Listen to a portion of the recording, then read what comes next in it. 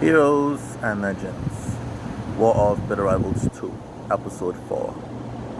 As Darius began his journeys alone once more, looking for his fellow troops in order to join them in battle, he was suddenly ambushed by J. Taff, who was looking for a fight. He was disgruntled after his embarrassment at Albina Castle, and seeing that the elders were now moving to war, he thought that it was time for him to beat up Darius. Darius was surprised by J-Taff's strength, despite his mediocrity in battles. So Darius challenged J-Taff, as J-Taff challenged Darius. The two fought epically, and J-Taff used his mighty fast hands to try to pierce Darius' arms and make him immovable. Darius used his quick speed to move even faster than J-Taff to avoid his attacks. Then, after such time, J-Taff was worn out, and Darius was able to defeat him with his fist. J-Taff was impressed, but the Emperor of Androsica was indeed a strong warrior, and so J-Taff, being satisfied by this, escaped and ran away. Darius knew that the elders were now officially more involved in this war than he thought, so he raced even faster to reconnect with his army in order to turn the tide of the war.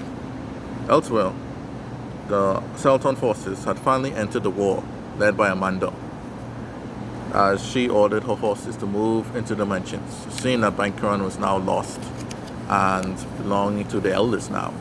She thought now that Androsica was easy pickings. However, Bray and Ella Wilson, along with Solus, angry of their previous defeats, vowed that they would make the Sultan regret, thinking that Androsica was done for. And so they attacked Skylar Senior and Junior and Toski, and a newcomer to the Sultan forces named Adrienne, who was a bourgeois Sultan, and she was a very talented fighter, and she was training diligently during the Sultan's absence.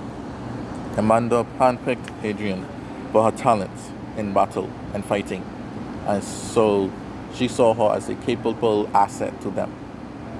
However, the ferocity of Solus, Ella, and Bray was too much even for this newcomer to handle, and so the Sultan had to retreat.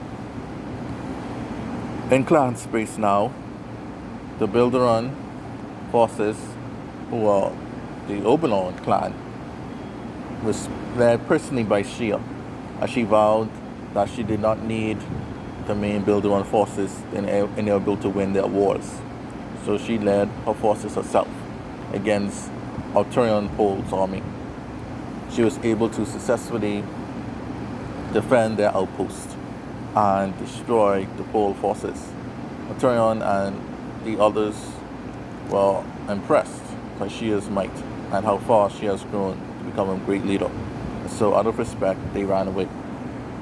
Elsewhere in clan space, despite being completely surrounded by the Sin clan post by Ron Wells, Lucifer used her magic to beat the more powerful troops of the Sin. So what they did was she was able to stop the fire of Sin Volcan, who could control flames. She used her magic to temporarily take away his ability to control the flames. So when the fire attack did happen, they could not control it, and thus it backfired on them. This impressed Arturo and Ren, who were very greatly impressed with her, and saw that she was indeed the future of the Sharon clan. And so with that, they was able to beat back the Sin clan and managed to defeat them for the first time in this entire war.